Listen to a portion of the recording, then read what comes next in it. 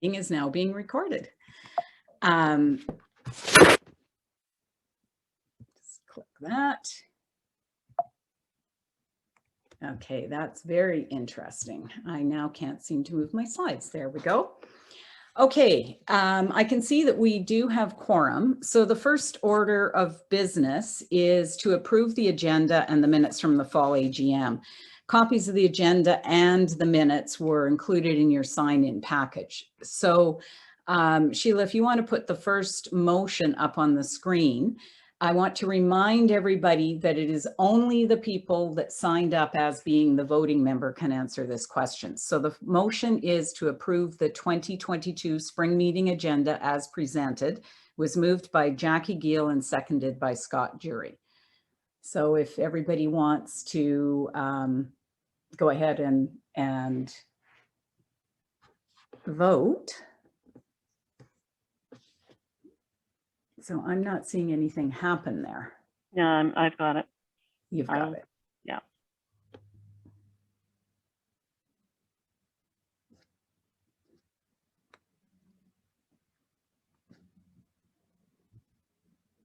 Okay.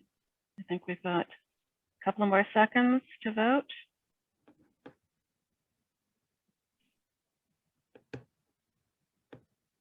Okay. Perfect. Thank you very much. Okay, so the second one is to approve the fall AGM minutes. So to approve the minutes from the 2021 annual general meeting as presented, it was moved by Jim Prince, seconded by Scott Jury. So if you could put that poll up, Sheila. Again, only the people who actually signed up as being the voting member can do this poll.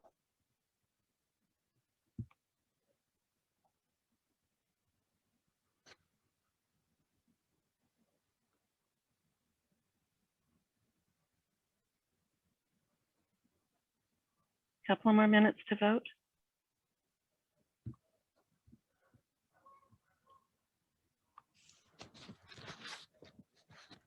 Okay.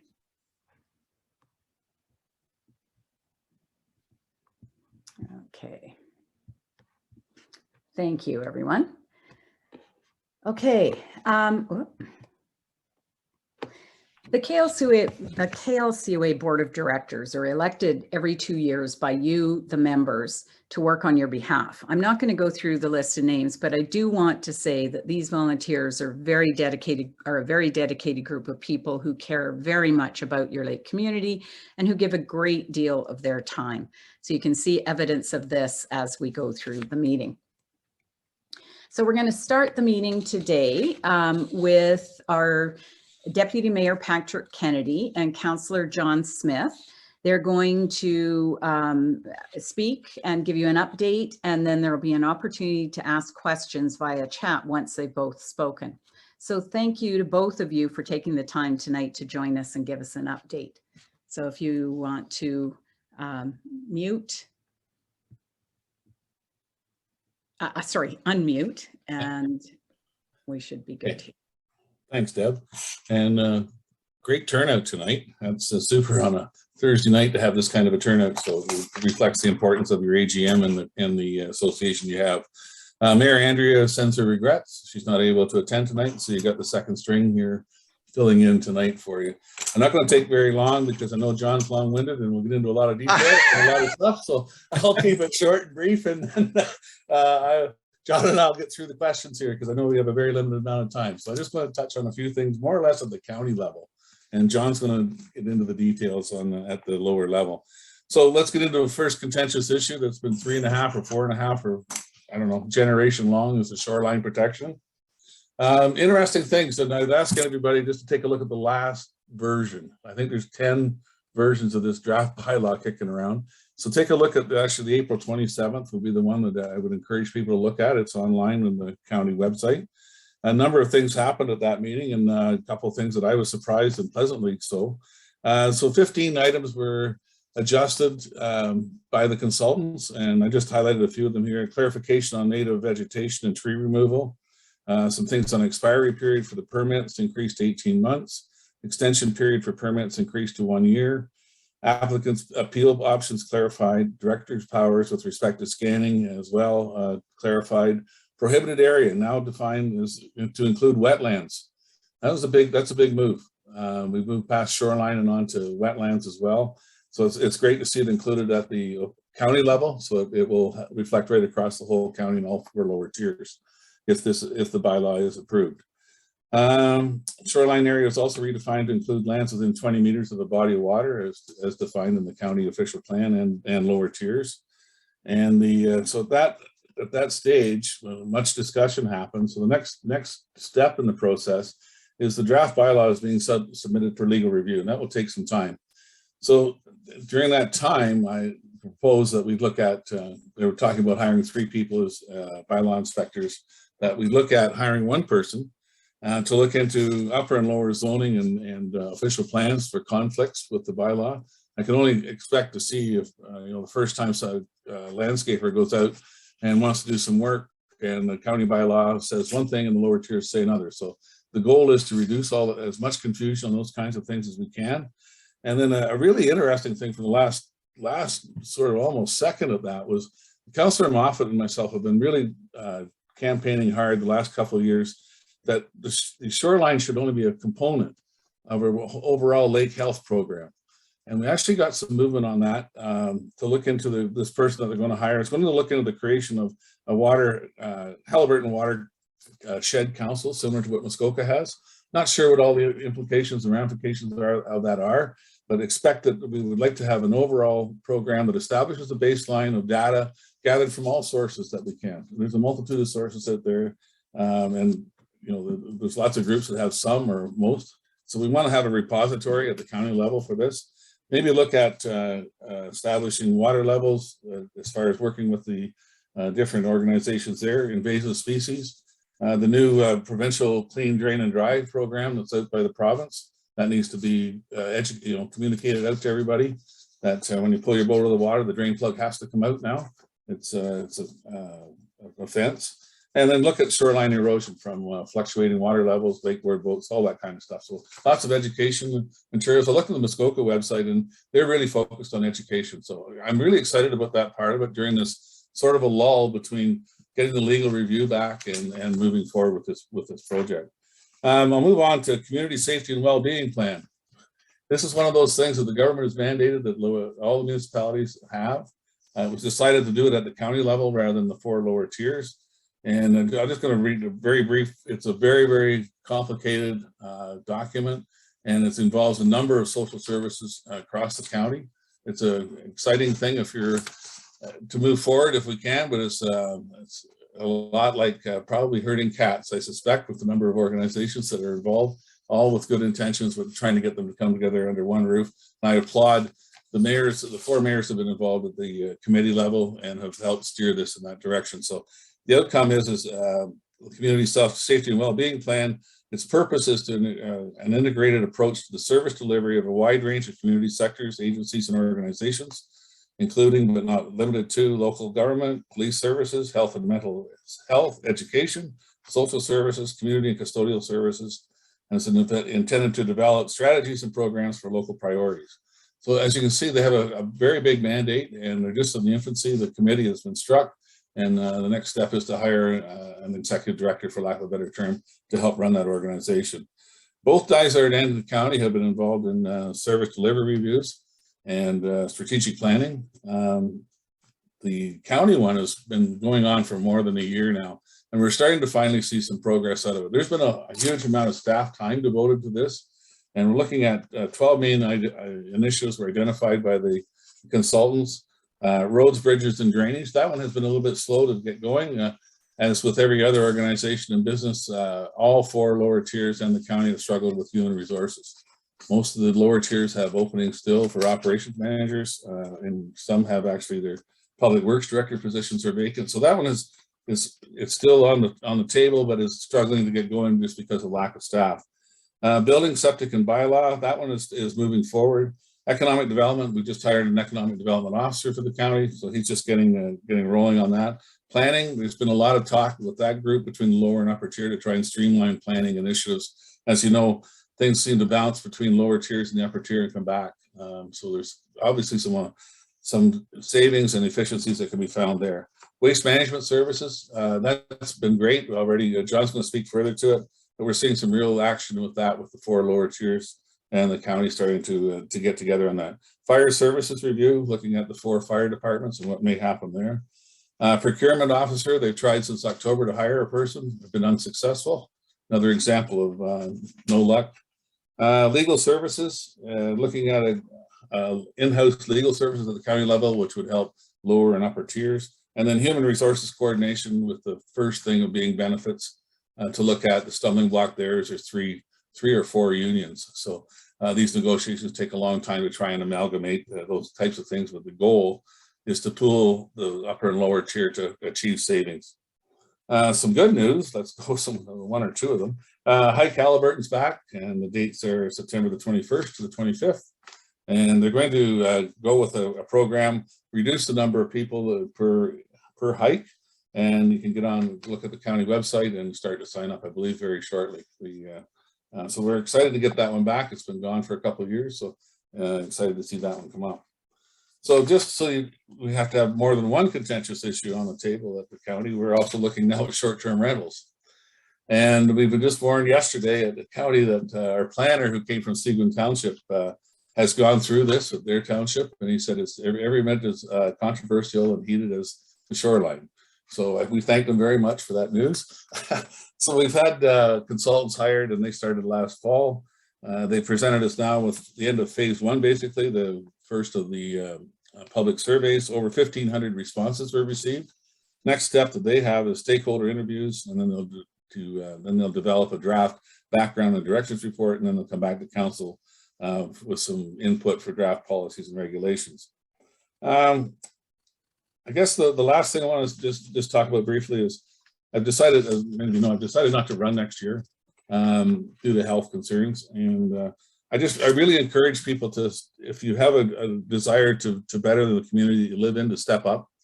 We need new people, we need new blood. I just want to warn you that it's time consuming. I spend probably 30 to 40 hours a week on the job, because I have both county and DISAR responsibilities.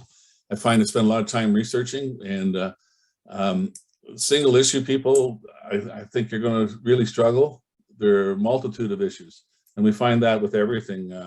The plates are full at both county and at the lower tiers, and it's such a diverse amount of work that has to go in and research and decisions, and nothing's easy anymore. I know I talked to some of the councillors who've been around a while, and they keep saying, well, this is not like it used to be.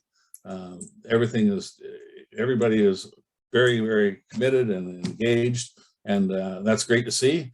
But if we're going to make good decisions, you got to spend the time on the research. So I'll turn it over to John. I do tend to get long-winded, and I apologize, Deb. Thanks, Pat. I've had a message a couple of times that my internet connection is unstable, so I hope it flows here without interruption. Just a few points to give a quick update before we get to questions. Everyone's always asking about roads, and we've got several in our area that are going to be improved this year in terms of new hardtops going on them. The Miller paving work is the first area that's going to get done in all of Dysart is the stretch of Watts Road from Kennisis Lake Road up to Havelock Lake. There's about 2.5 kilometers there. I'd say it's the worst stretch of Watts Road from a condition point of view, and so there'll be base improvements. We'll be pulverizing and putting a double surface treatment on there.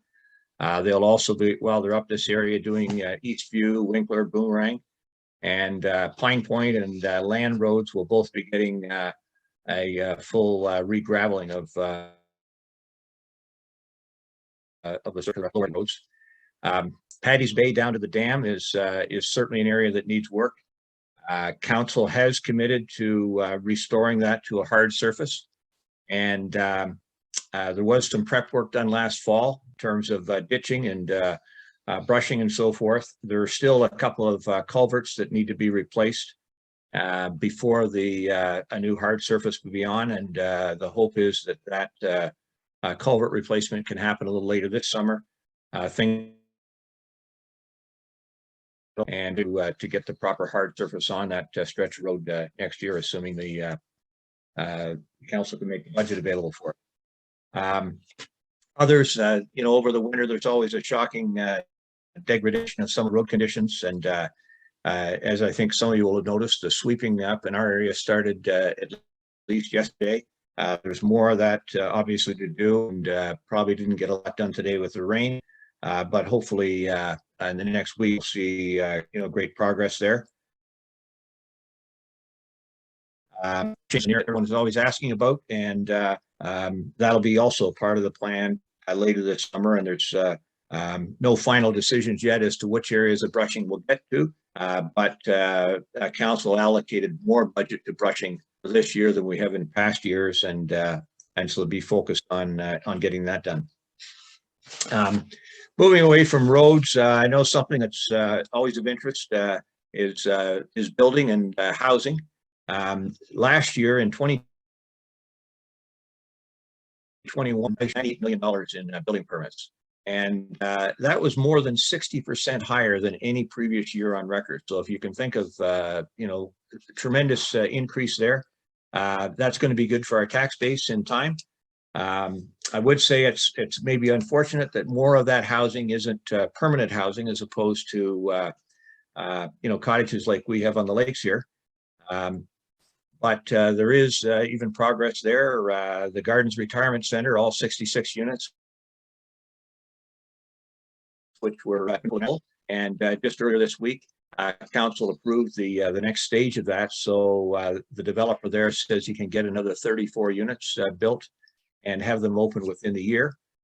So that'll help on the housing front. Last year, council approved a 21-unit rental apartment building across from the Cirque Bistro there, right on Maple Street in town. And the private developer just came back last month and said he's changed the plan. It won't be 21 units; it's going to be 18 units. But he's planning to proceed with that. The college residence, where Dysart provided some land in Glebe Park, is going to be going ahead, and the college says that we'll see. We've been working with Places for People to for them to build up to 48 units of rental housing. Most of that would be market rate, but there would be a small amount that would be affordable housing. Last month, Dysart sold to a private developer an area that we call Wagon Wheel. It was 17 lots up on Harbin Road that developer plans to put housing in there. So it'd be 34 units. And if you follow the local papers, there's other development proposals that are being worked on by various private developers. Housing is important. We all need more. Every business in town says they need more workers. We need more workers for Dysart. Any of you got college kids, university kids, even late high school? Dysart always hires seasonal road workers for the summer. 4 of them is what we'd like to have. And so far, nobody has taken one of these jobs. For $22.16 an hour, you can become a roadside flagger and help us out. So if you got, as I said, you got a young kid, like hasn't got a summer job yet, send them to Dysart. Cell coverage, wife, and internet, always of interest. As you know, just over a year ago, Rogers was awarded a contract, 5-year program. They're working at it in terms of the progress. I'd also note that the public meeting has been booked now for a date in June for a tower location that they want to put up in the southern part of the county. It's not going to impact our area, but at least we're seeing progress in terms of that moving forward. And anybody who's got land where they'd be willing to host a tower, I encourage you to express an interest and see if that'll help Rogers out. Service, we all worry about our landfills or more regulations. The government of Ontario has not approved a new landfill within our province for many, many years. And, it's placing a greater onus on all of us to find ways of reducing the amount of trash that we personally create in our homes. But we still have garbage, and we've got to deal with it as a community. Your final tax bill that's kind of in the mail this week has quite an insert explaining some of the ways you can help out from a I'd comment that council in the last year introduced extended hours, so we're open on Sunday nights and holiday Mondays during the summer until 7 p.m.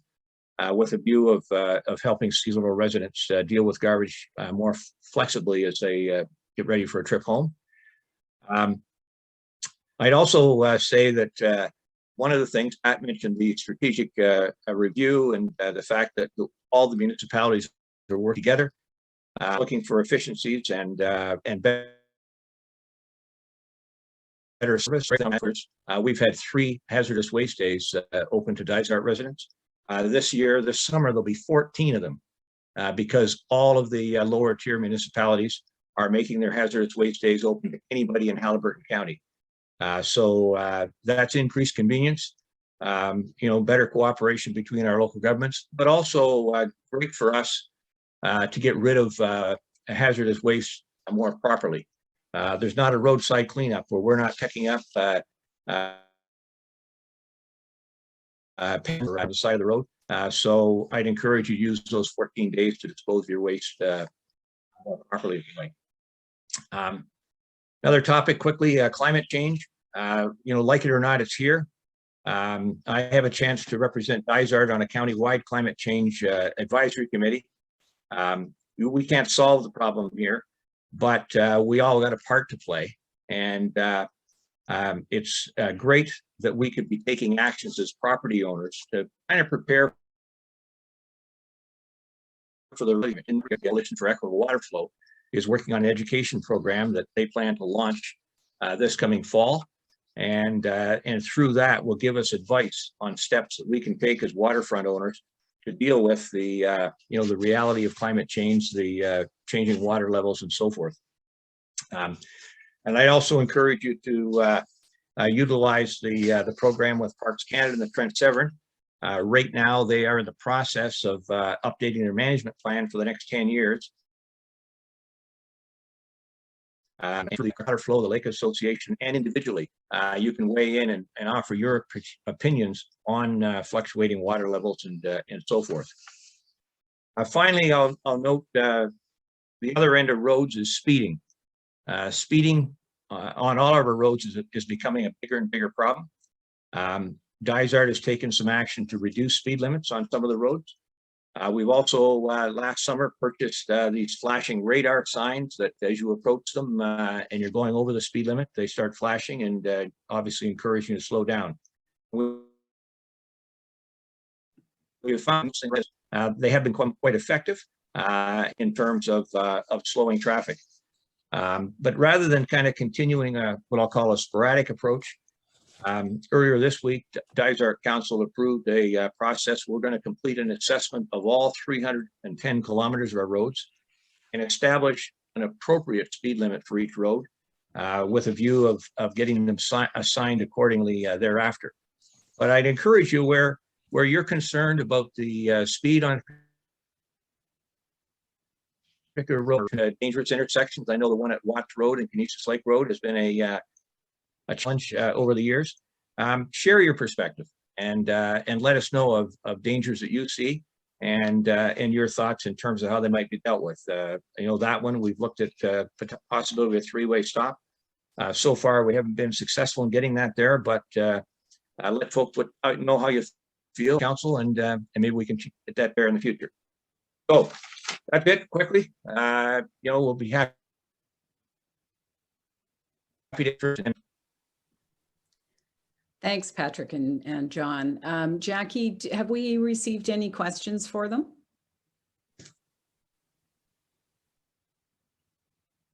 We have not. Okay. Been losing sleep for nothing. Yeah.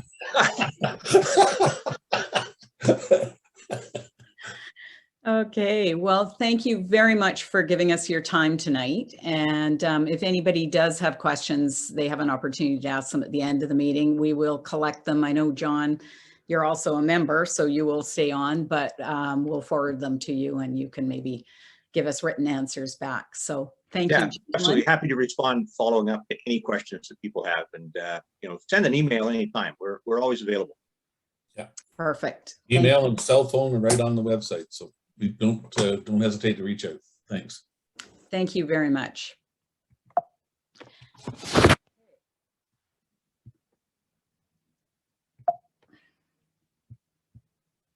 Let's change my slide here. Okay, moving on. We're back in full swing this year with the only event being canceled being swimming lessons, and we're going to get more into that later. One of the things that's happened over the last 2 years with COVID is that we have had to rethink our spring and fall meetings. We were forced to go virtual and ended up having a bigger attendance than ever at any of our live meetings. So we understand that members, there's a balance between the two, but we're looking at all options as how we're going to go about doing our AGM this fall and moving forward. So in the meantime, I'm very interested in knowing of the people who are actually in attendance at this virtual meeting, how many of you would have attended the spring meeting this year, so a week ago, if it had been held live at the Haliburton Forest on the Saturday morning of the long weekend. So Sheila's going to put up a quick poll here that we're just going to check. This question, everybody that is in attendance can answer. It's not just for the voting members. We'll be doing more polling to the full membership over the next little while to get more information, but I am just curious about this meeting and the attendees that are here tonight. So if you could go ahead and answer that.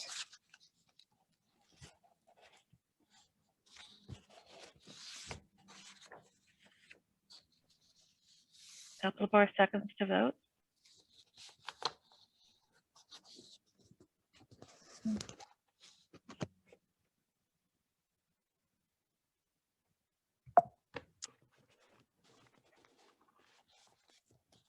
Okay, there are the results. Okay, interesting. Okay, thank you, everybody. I'm assuming, Sheila, before you close that off, you've got that recorded for us. Mhm. Okay, moving on. We did one of the first things that we did this year was our roadside cleanup. And this year we managed to expand the program and we saw 90% of our lake roadsides actually cleaned. So that was a big step up from last year. We still do County Road 7. We have a contract with the county to do that. So thank you to the over 50 volunteers that we had out there this year, and a big thank you to Natalie Wood for organizing. I think our road cleanup is a very important part of our lake community, so thank you. Well, I am having a real problem with my controls tonight. The Ladies of the Lake Luncheon is back. This year, it's going to be July 1st with a rain date of July 2nd. The host this year is Lee Bartlett, and each year the host gets to choose a charity, and it's going to be the Abbey Retreat Center. So thank you to the organizers, Sheila Lawrence and Liz Austin, and thank you to Lee Bartlett for hosting. Registration is going to come available very soon over the next few days, and so you'll be able to sign up on our website for that.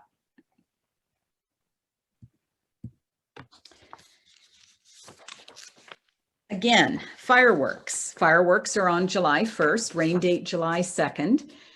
This year we have a very generous sponsor, Minden and Haliburton Home Hardware, and their support has allowed us to produce a show despite the huge increase in costs. Last year, a lot of members told us that they wanted to see a bigger and better show and people thought it was getting smaller. This year, you will find that the show is top notch. Steve Ashfield's very excited about designing the show for us. And thank you to all of the experts and crew, and also to Scott Gray and Shannon Clower for the continued use of their property. So I hope everybody enjoys the show this year. We do have a question about fireworks that will come up at the end of the meeting that we will address then. So thank you for the fireworks. Rock Bass Fishing Derby. It's going to be July 9th this year. It helps decrease the invasive rock bass population on our lakes. And this year, the donations are again going to Woodlands Wildlife Sanctuary. It's a great family fun event to join out. And I want to thank our coordinators, Mike and Kelly Neely, for their efforts on this event. Art on the Dock is on again this year, July 16th and 17th. This year we have 31 artists at 15 different locations. And so we've got some new artists, we've got some returning artists, and thank you to our coordinator, Janice Parker, for all the work she puts into this. And thank you to sponsors, Parker Pad and Printing and Viper Marketing. The regatta is returning. I think everybody's very excited about that. This will be our 62nd annual regatta. It's on Saturday, July 30th, the rain date of the 31st. And we're moving back to the Marina shoreline this year. So it'll be done at the Marina property and using their docks. There's going to be lots of the old and some new, and you can watch for details coming up. We're going to be looking for volunteers. You can contact Joan Middleton if you want to volunteer for regatta. So another exciting event for this year. The KLCOA Sailing Regatta and Summer Sailing Series will happen. This tends to be weather dependent. Last year, I think we had wind we didn't have wind when they needed it, and we did when they didn't want it. So anyways, the regatta is on Sunday, July 31st, and the Sunday sailing series goes through July and August. So to register for any of these, you can contact Jim Prince. Swimming lessons. So the KLCOA has had a long-standing tradition of offering Red Cross swimming lessons at the lake. It's been, we've had families where parents have taken lessons and now their kids are taking lessons. But we're currently faced with 3 obstacles for the summer of 2022. The first one is that the Canadian Red Cross is winding down its swim programs to focus on humanitarian efforts. And that means that all swim instructors and programs, of which we are one, must transition over to the Life Saving Society if they want to continue. And there's a whole process for doing that. The second one is that our insurance company tells us that they will no longer cover our swim instructors unless they are employees of the KLCOA. The KLCOA is not set up to handle a payroll with employees. Our instructors are contracted, so they're considered third-party contractors, not employees. And the third thing is the KLCOA has not been able to actually secure an instructor for this year. I suspect that a lot of instructors have not renewed their qualifications, and of course now they have to renew them with the Life Saving Society. So the conclusion that we've come to is that for 2022, we're not in a position to offer swimming lessons, but we will endeavor to assist any instructors who reach out to us who need help transitioning over. We're going to try and create a list of qualified instructors who are offering private lessons and post them so that members can see that. So again, if you know of swimming instructors that are offering private lessons on the lake, have them reach out to us. And then we will continue to research our options to see if we can come up with any kind of a program for 2023. But as I said, that is the one program that we have not been able to manage to get together for this year. So the next one is the history book. We're on to phase 2 of the history book. Thank you to Natalie Wood, who's our project coordinator. She's done a fabulous job of collecting all of the information. Now we are starting to do the creating, the writing, the editing chapters. we would like people to get involved. So we're looking for experienced writers, and they can contact Natalie Wood, or we are setting up a volunteer website called klcoa.volunteer@gmail.com. It's not quite ready. There will be an announcement come out in an e-blast over the next few days that give you all of that information. So it's an exciting project. It's a long-term project, but we're hoping for great results at the end. So again, thank you, Natalie, for all the work you're putting into this project. Now, I would like to introduce one of our VPs and Stewardship Director, Jim Prince. He's going to take us through the stewardship and lands updates. So, Jim. Good evening, everyone. I hope you're all doing well tonight, and welcome to the 2022 spring meeting.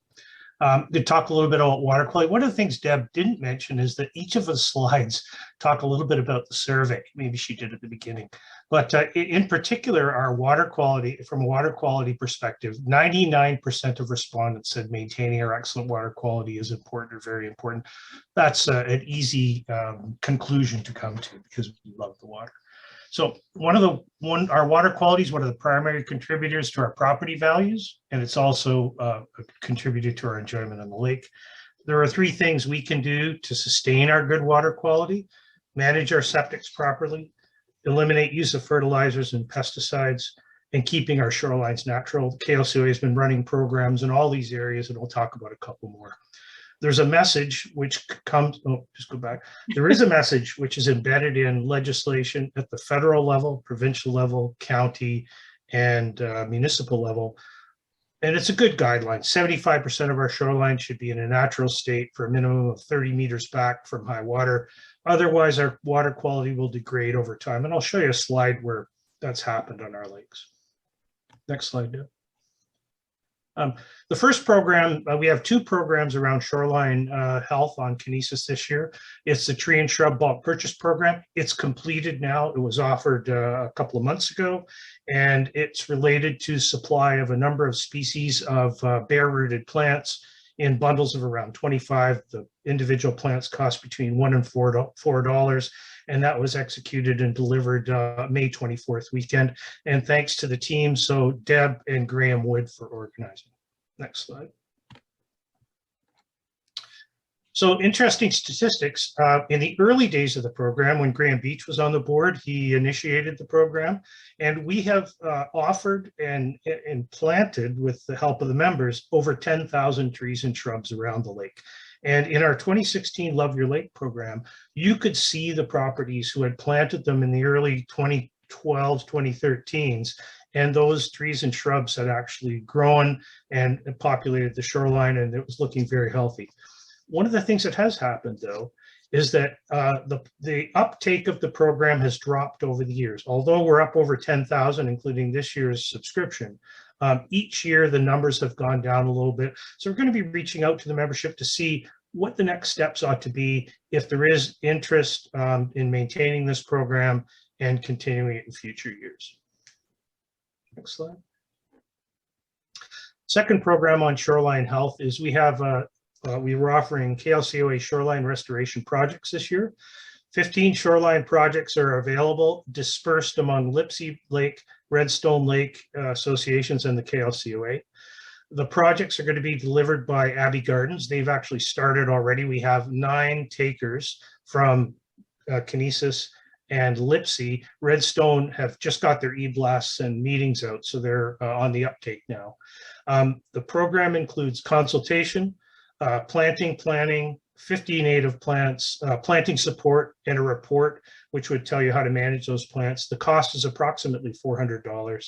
And we've had very generous financial support from the Haliburton County Development Corporation. And the focus of that support is developing shoreline restoration capability in the county at Abbey Gardens. So keep tuned to that. If anybody would like to participate, it's still open. And there will be a shoreline restoration workshop to anyone on the lake planned for July the 9th. So stay tuned. Next slide. Sorry, just having a little bit of a here. Yeah. There you go. On to water quality monitoring, as you said, one of the major priorities. We monitor our water quality on the lake. KLCOA leads that. We have 3 testing programs that we execute. One is the Lake Partner Program, which is done via citizen science. 3 of our members actually go out in May. They do dip tests, which is the image on the left-hand side, and they do what's called a SECI-DIS test, which looks at the clarity of the water. And we test for total phosphorus, calcium, and chlorine in the water. Those results are published annually, and we get those back, and we publish those back out to you on our website. We also participate in the MOECP, the Ontario Ministry of Environment and Ministry of Environment, Conservation and Parks. That's for lake trouts only, and it's very infrequent, every 5 to 8 years. And there's a bit of a problem with that, and I'll explain that when we get to the next slide. And that we don't believe it's frequent enough. That led us to do some KLCOA specific lake association testing. And and down at the bottom there, you can see what we do. We actually do a subset of the Ontario government testing. We test 5 basins. We do that twice a year with a water quality testing team, thanks to them. And we test for dissolved oxygen, temperature profiles, total phosphorus, and ammonia nitrates. Those 2 are mostly nutrients that are contributing, that are being entering the lake mostly from our septic systems. Our budget is about $2,000 a year. The one thing to note, and this ties back to Deputy Mayor Patrick Kennedy, is that there isn't a Haliburton-wide water quality protocol. Each we decide on our own, and we are exploring how we do this, and we're learning as we go. So next slide. And just to show you, for example, the results we've gained since early 2000s, you can see that higher is worse. The red line across the top is the number 10 micrograms per liter. Healthy lakes are typically have a total phosphorus below that. So both big K and little k are healthy at this point, but you can see the trend going up. And Deb, I don't know if you can use your mouse, but hover over 2016 and 15, the 2 top peaks. So in 2016 and 15, the MOECP came and tested our lake and saw a massive spike in total phosphorus and nitrogen compounds in both big K and little k. Very disturbing. That prompted us to do our own testing. In subsequent years, we saw a correction in big K, not so much in little k, and we're continuing to monitor that. So it's important, because what we don't measure, we won't know how to deal with it in the future. We have some good results in 2020 that shows a little bit of a drop, but again, we'll have to trend this over time. So next slide. So again, back to Deputy Mayor Kennedy's comment around there isn't anything coordinating the important input of information across the county. There is a program which has been initiated this year called Testing the Waters. It's with ULinks and Woodlands and Waterways EcoWatch. The KLCOA is participating with 9 other lake organizations. And we are going to be developing water quality testing protocols to help those lakes test water quality a number of times a year in a consistent manner where we can measure the water quality across our watershed. And we've got some really generous support from a number of organizations you see there at the bottom. Next slide. I'm going to switch topics and talk a little bit about the lands around our lake. I'm going to jump ahead and maybe spoil it, but there is almost no public land on the Kennisis Lakes. It's a little bit unfortunate. When the subdivisions were made on Wilkinson, Watts, Kennisis Lake Road, and West Shore, public land was not identified and preserved. So we're dealing with what we've got, and but there are a number of lands around the lakes which are designated open space, environmental protected, and waterfront residential is what we have our properties on, and commercial tourism, which is an example of where the marina lies. And that's the only commercial tourism on the lake, by the way. Just to give you an example, the Dysart has a zoning map which designates all of these lands. That's shown on the right-hand panel.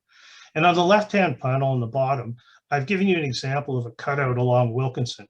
So you can see that there's a big OS patch to the left, and that's the Bullfrog Bay lands that the KLCOA owns. And to the right of that, there's a big Dysart patch, which is OS. And that could potentially be at risk to be put up for sale, and then it could be populated. And one of the things we believe is the original subdivision actually protected those lands, and we think we should be, we know we should be making some efforts to inventory them and approach either Dysart, whoever owns the lands, to make sure that they are protected as the original intention was. So next slide.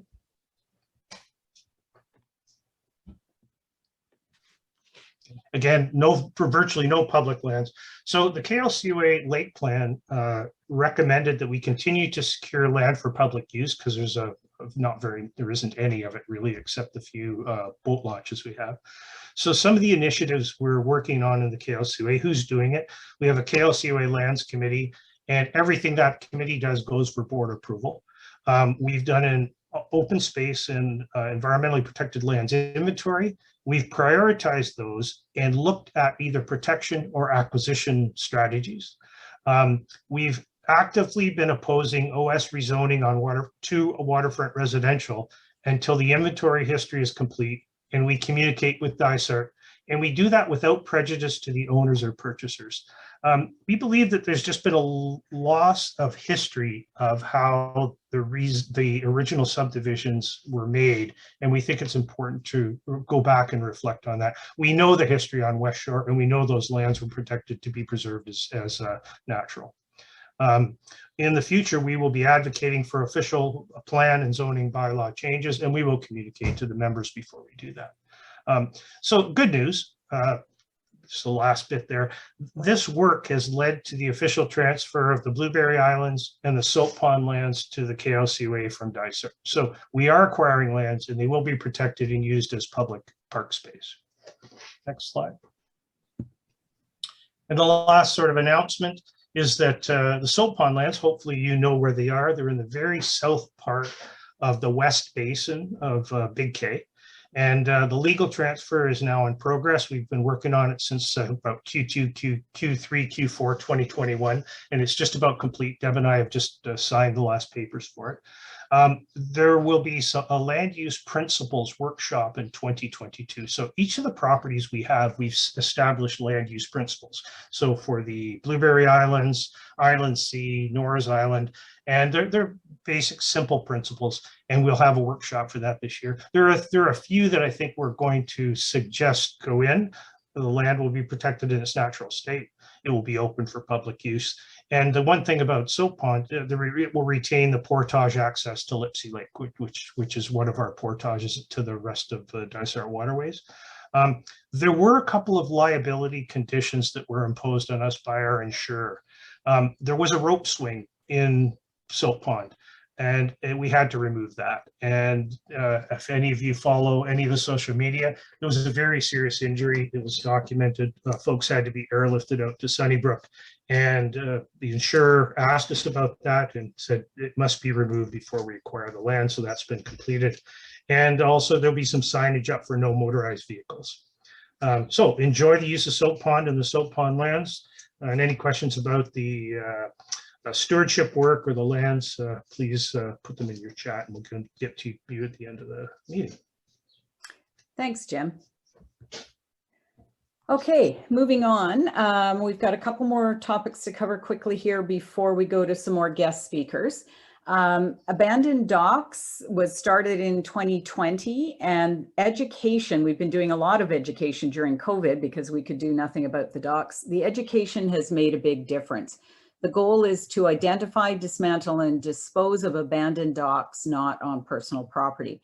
We're going to continue to identify and tag these docks through the coming year and figure out, depending on how many, figure out how we're going to dispose of them. So thanks to Scott Jury and Grant DeMarch for leading this initiative. Invasive species in Ontario, there are a lot. Ontario has the highest number of invasive species in Canada. Tonight, we're just, oh, there I go again. Sorry, we're just going to focus on the aquatic part of that. So there are a lot of aquatic invasive species, and some of them can survive for up to 2 weeks out of the water, and not every invader attached to your boat can be seen with a naked eye. and Kennisis is not exempt from this risk. So in January of 2021, the Invasive Species Act was updated and approved, and there are some new regulations in effect, and I believe that Patrick Kennedy mentioned this as well. A person shall not transport a watercraft overland unless the drain plugs and other devices used to control the water have been opened or removed. And reasonable measures have to be taken to remove any aquatic plants, animals, or algae from the watercraft. Now, enforcement of these regulations is going to fall to the MNR conservation officers, and tickets can be up to $1,000. So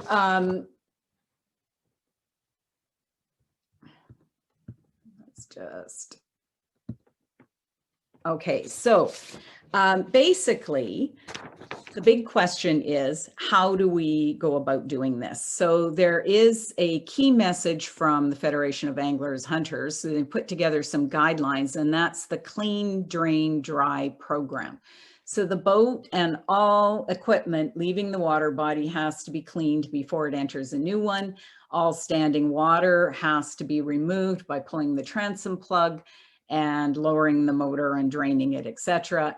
And the vessel has to be dried for at least 5 days in sunlight, or clean it from top to bottom with hot water, pressurized water.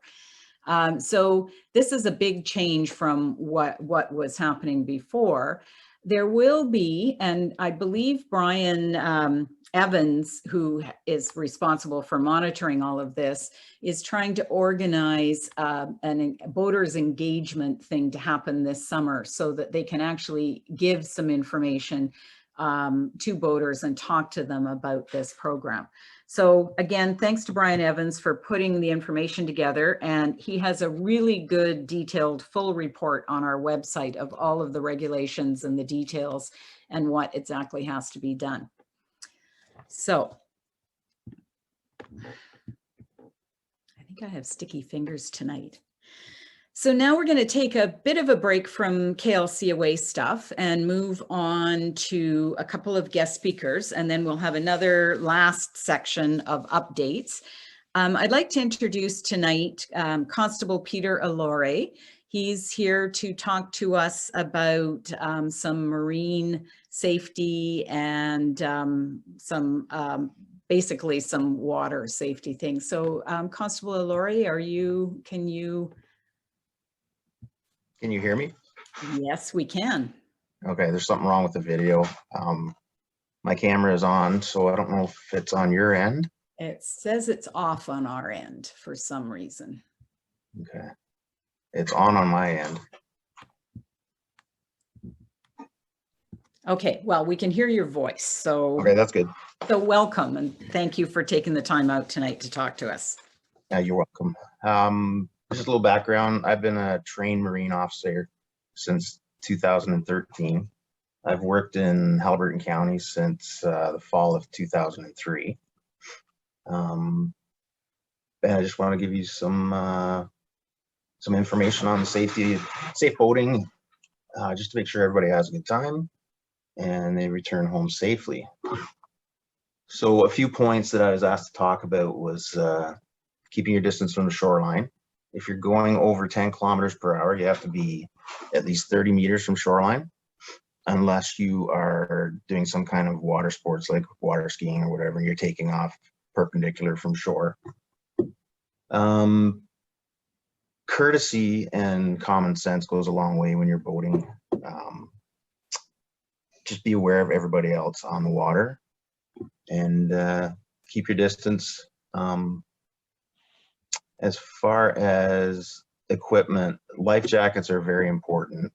The majority of our marine fatalities are because people weren't wearing life jackets. The regulations state that you have to have it with you. I personally think everybody should wear them because it's not going to do you any good if it's tucked under a seat and you get thrown overboard. The law is you have to have an approved life jacket by Canada that's the right size for everybody on board.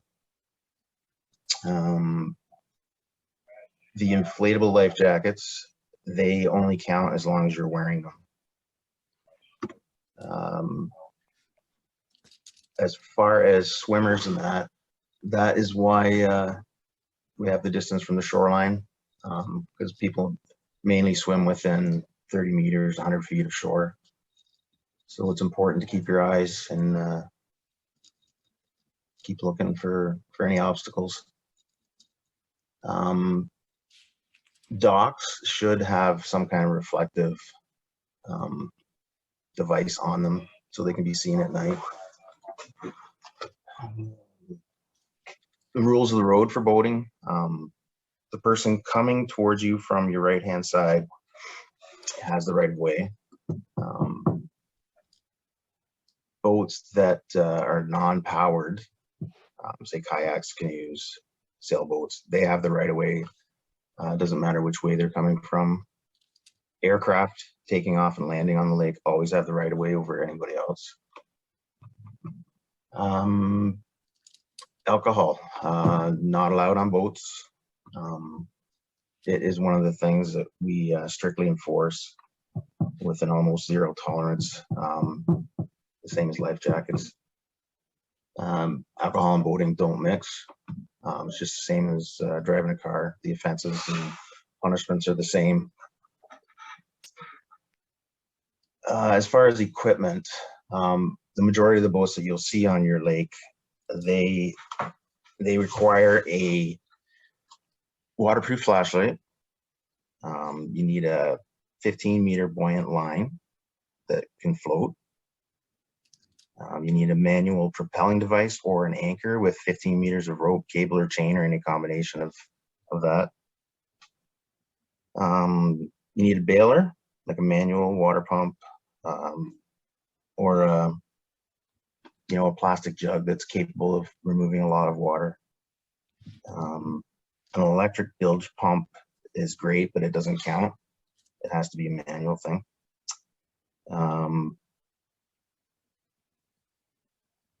Boats require a fire extinguisher if they have an inboard engine, like an inboard outboard, or if they have a built-in fuel tank. If you have like the red jerry can type tank that can be thrown in the water, you don't require a fire extinguisher. You need a signaling device, which would be a P-less whistle. And boats over, I think it's over 19 feet, 6 inches, also need like a flare, pyrotechnic distress signals.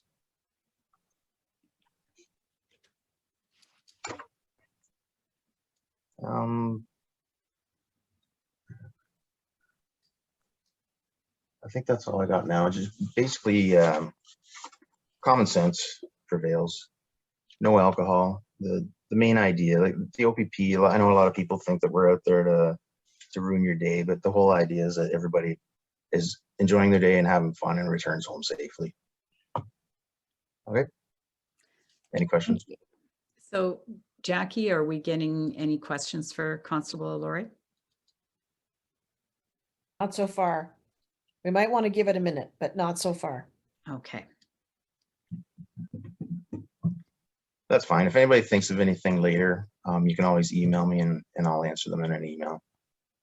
Well, that would be great. Thank you very much. Thank you for taking time out. I know there's a bunch of things going on up in that area right now that I'm sure you're very busy with. So we appreciate you taking the time, and we will forward you any questions that do come up. So thank you. Okay, thank you. Have a good night. You too.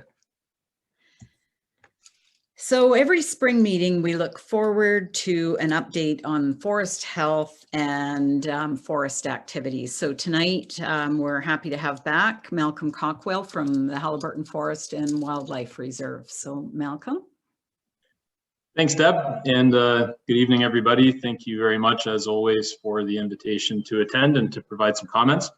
It's just me tonight. Usually my colleague Tegan, the general manager of our tourism and recreation division, also joins, but she is down in Toronto at RVC Canada beating the drum and promoting Haliburton Forest and the Haliburton Highlands. So just me. What I'm going to do is blitz through some prepared comments and updates, and then try and have as much time afterward for questions, since I find there's always valuable questions that come out of these meetings. So I'll start with the Tourism and Recreation Division, just some updates for everybody. First and foremost, I apologize for the appearance of base camp at the moment. Any of you that have pulled in have noticed that some of the buildings are kind of half painted and there's windows that are covered with paper. We hired a painting contractor to paint the entire base camp and all the roofs, and they ran out of paint. And because the supply chain has apparently entirely collapsed for paint in the world, we're unable to get enough paint to finish for now. So I apologize for how it looks these days. This summer, we're excited to announce a couple of things, especially now that COVID is winding down. A big one that's probably of interest to the folks in the audience is that the Thursday evening wolf howls are back on track after a 2-year hiatus, and admission, as usual, is just by donation with no reservations required. On the topic of the Wolf Center, happy to report that we have a pup, some of you may have noticed that on Facebook, and also that the Wolf Center is open without having to reserve admission, but people are still able to do that if they want to. So if you want to go to the Wolf Center, feel free to just show up. If you want to book a spot, you're welcome to do so as well. Another quick update on the tourism and recreation side of the company is that there is a fiber arts show on the Wild Woods Walk, which is free for people to go and check out. And it's a pretty cool installation. Tegan did a good Facebook video about it the other day. And I was instructed to provide a thank you and a shout out to Wendy O'Brien on the lake for connecting with us to make this happen. Apparently without her contribution, this would not have been possible to get this installation in place. So thank you, Wendy. The cookhouse is under new management since the last time I think we spoke to you folks, and it's now being run by Mike from Trust Food Works. We're very happy with what he's doing. We hope that you are too, but if you have any comments or suggestions for improvement, please give them to him, and he's very responsive. Or if you don't want to do that and you want to just tell us because we're his landlord, feel free to tell us directly, and we'll hold him to account and make sure that the restaurant serves all of you well. And finally, with respect to the Tourism and Recreation Division, now that COVID-19 seems to be winding down, we're back open when it comes to private events, weddings, celebrations of life, family reunions, KLCOA meetings, whatever. We're happy to host them and encourage you to get in touch. And most of our operations are pretty much back to normal, which is nice. I wanted to make a comment, an impromptu comment on employees, which is that our councillor, John Smith, made some comments about employees earlier. It's very difficult to find staff. I entirely agree with him that if anybody knows people that are looking for work, send them up to Haliburton County. However, I disagree with him. Don't tell them to go work for the municipality. Tell them to come work for Haliburton Forest because we need them more than the municipality does, and want to be fully staffed going into this busy summer.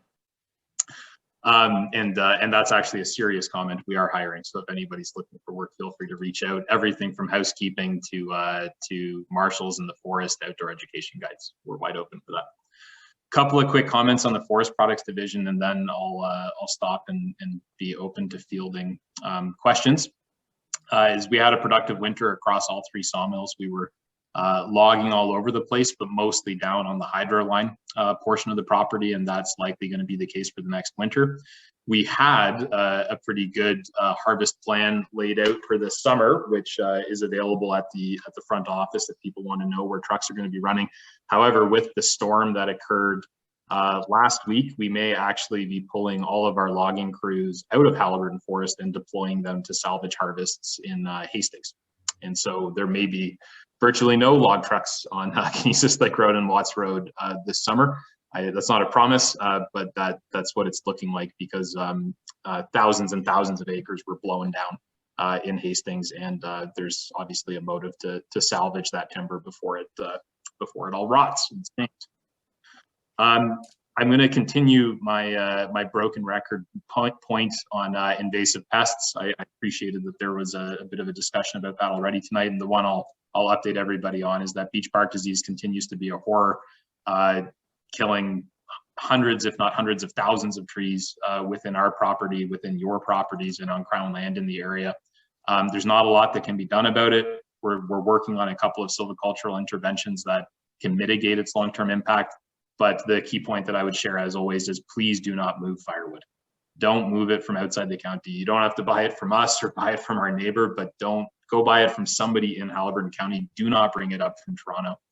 We do not want to see wood moving north. It can move south, but don't bring it north, because that's what moves these pests around.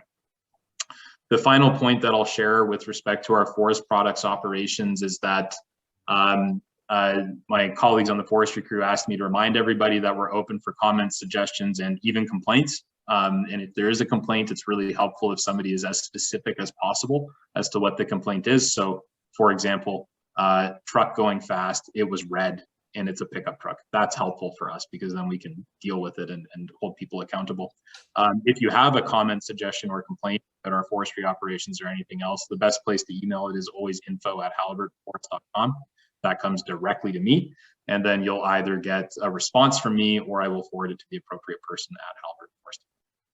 So in the spirit of being available for questions, I'm going to stop my prepared remarks there and be happy to answer anything that that people are wondering, whether it's about Haliburton Forest or whether it's about forest health. We have a question. Perfect. Okay. Why are ATVs allowed in the winter in the forest, which create major issues, but not in the summer? It's a good question. So the forest recreation program is its own, winter recreation program is its own beast, right? Like it's a snowmobiling destination and it's kind of the core of the business. In the summer, that transitions to being more of a camping and, you know, lakeside activity focus as opposed to recreational riding. So the folks that are allowed to continue riding ATVs in the summer on most of the roads, but not all the roads, are the leasees that are already in the property. And it's really not intended for recreational ATV riding. It's intended for access. And so that's a long-winded way of saying that in the wintertime, it's core to the business, right? It's a full-on motorized recreation program. In the summertime, it's a means of access because the recreation program in the summer is quiet enjoyment of the shoreline and the hiking trails and things like that. One comment I will make is that we have at times talked about what if we were to make a piece of the property available for motorized recreation, such as, for example, the hydro line. It's far away from everybody. It might be appropriate for that. We've never acted on it yet, but if that's something that people were interested in, send emails with comments or suggestions like that to the info@haliburtonforest.com account. We do pay attention to that stuff, and if there was a critical mass of interest, we'd probably give the concept some serious thought. Can you please give us the dates for the wolf howl? It's Thursday nights, isn't it? That's correct. Yeah, it'll be Thursday nights. Because it's been a couple of years since we last hosted them. I forget if they start at 7 p.m. or if they start at 8 p.m. But it's whatever is normal, and it will be on our event calendar. And I'm sure when the first one occurs, Tegan will promote it on Facebook. Okay, I have a question, and that is, this is for me. I've been dying for you to be here. We all are, those of us that have bought walking passes and biking passes for the forest, have been given the package deal of 2 for 1. Couples can buy under one auspice, and then we get a pass. 1 pass, 2 people. Can we get 1 per person? I mean, like in other words, 1 might be biking and 1 might be hiking. 1 might be canoeing and 1 might be, so we get 1 card for a couple. Oh, I see. Yep. Instead of, as opposed to 2 cards that then allows. Right. Yes. Yeah, that seems like a very reasonable suggestion. Yeah. I will take it up with my colleagues and figure that one out. Thank you very much. That seems too reasonable for us not to do. But Okay. and easy for me to say that because Tegan's not here. So. Okay, I know. Are Huskies gone? Somebody wants to know if the Huskies are gone. Yeah, so not all of them. So I'll take the opportunity to explain what happened with dog sledding. We had a really good run. You know, it went on for 20 years or more, and the dog sledding business got increasingly tough. Tough in terms of financially, tough operationally, tough in terms of staffing, and there was always a little bit of an ethical overhang about animals for entertainment. Wolf Center is a little bit different. It's an education facility. The dog sledding, you know, we never had an issue with it. We have nothing against other dog sledding operators, especially those that take care of their animals. But for us, it was always a little bit marginal as to how we felt about having it. the opportunity came to find a good home for all of our dogs, or sorry, many of our dogs. And so we took the opportunity and decided to move on from it. So very quickly, I'd say half of our dogs found other homes. And then let's say another 25% found homes within a couple of months. And then the balance were still either rehoming, or really most of the ones that we still have at the kennels, we expect we're probably going to have them until they die naturally.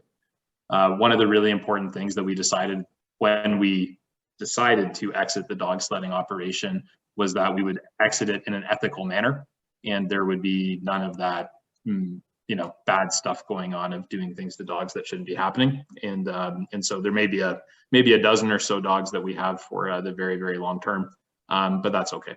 So dog sledding's over. What we're hoping to do, and I know Tegan was hoping I'd make a comment about this, is replace the activity that surrounded dog sledding with a really good network of ski trails and cross-country ski trails and snowshoe trails and hiking trails.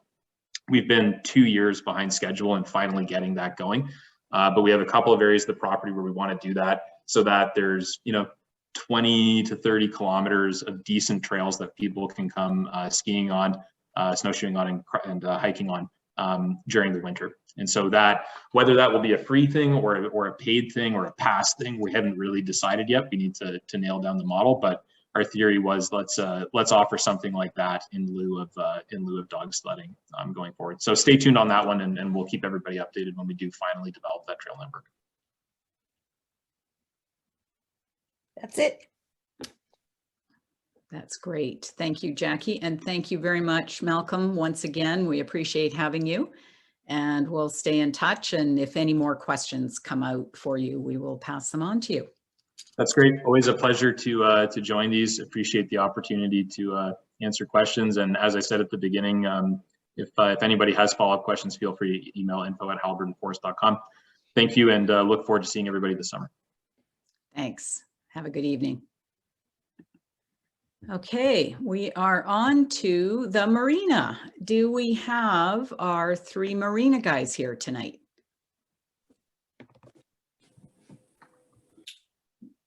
I'm here. It's Jim. Hi, Jim. Can you hear me? Yeah, okay, good. Yes. Are Gary and Chad joining us, or just you?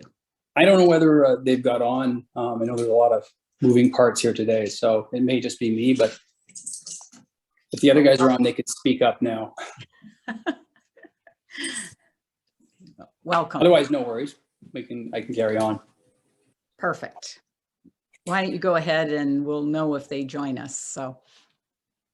Okay, well, thanks, Deb, and thanks for having us back here. We're pretty excited to be back at the KLCOA spring meeting. This is year 2 for what we're calling the Great Marina Adventure here for Gary, Chad, and me. So it was a really interesting first year, and like I say, we're excited to be back. Last year, we did a brief presentation and sort of introduced ourselves and sort of identified 3 things we wanted to do because we took ownership pretty close to the season starting. We only had so much time. So we had objectives to, upgrade the store. We wanted to introduce an upgraded ice cream and coffee bar counter. And then we had this grand vision of building these pickleball courts. And so I guess we got a bunch of that done last year. And so I want to provide a little update on sort of where are we at now on all of that stuff. So hopefully a lot of people last year had a chance to see what we were doing, but we pretty well finished the renovation of the store last year. I would say that this year we've added 2 things. We did a complete new shelving all throughout, so it looks much neater and more organized and sort of uniform in there. Last year we did a more significant renovation, added the cooling unit, added the the lighting, and added the coffee bar and stuff like that. Very exciting this year. We tried the lattes and that. We had a machine last year, an older one on rental. So we stepped up this year and bought really what we consider a state-of-the-art espresso machine. So now we really feel that we have a product that's exceptional. I would unbiased say it's the best coffee you can get at the marina now. And we've had a lot of success with that. And I think people are really interested in that, and iced caps and smoothies we're doing as well. and all sorts of variations that you can get at Starbucks. You can now get at Kennisis Lake Marina. So we're very excited about the store. Other things we're doing to the building, the overall building this year, we put new lights in the shop, so it no longer seems like a haunted house when you go back there with your boat. We also put a new roof on the building. We had to just deal with that. It was required. We are going to paint the building in about a week or so, and we're also getting new signage for it as well. So we've kind of done a complete interior facelift. We're now doing an exterior facelift on the building. So that's all should be coming together in the next week or so. And so we're excited about what we have to offer on the store this year for the lake. On the pickleball courts, as you guys all saw, we, I'll get back to you, Malcolm, just sent me a question. On the pickleball, we hopefully everybody saw what we did last year with great effort. We got the, excuse me, the facility built, and and the fence around it and paved. We put on temporary lines. We were able to play most of August with all our club members. This year we finished the job. We brought in the court specialist and finished the surface. It's done with a fine fiberglass coating and proper tennis court coatings and that, and it looks like to me where professional tennis players play, and it's just about completed and will probably be open in a number of days here and back and ready to play.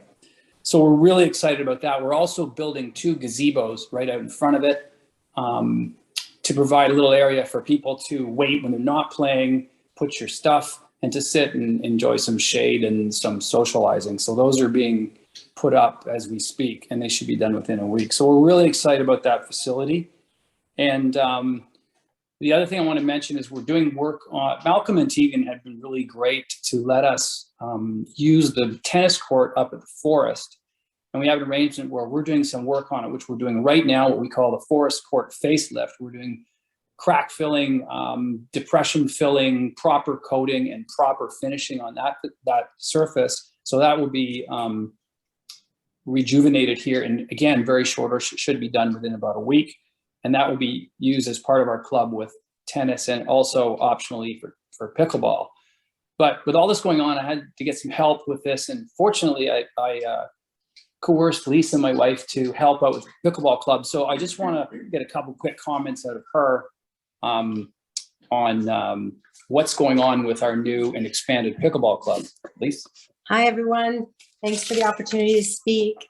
I won't take up your time. I just want to give you a brief overview of the pickleball club that I'm running.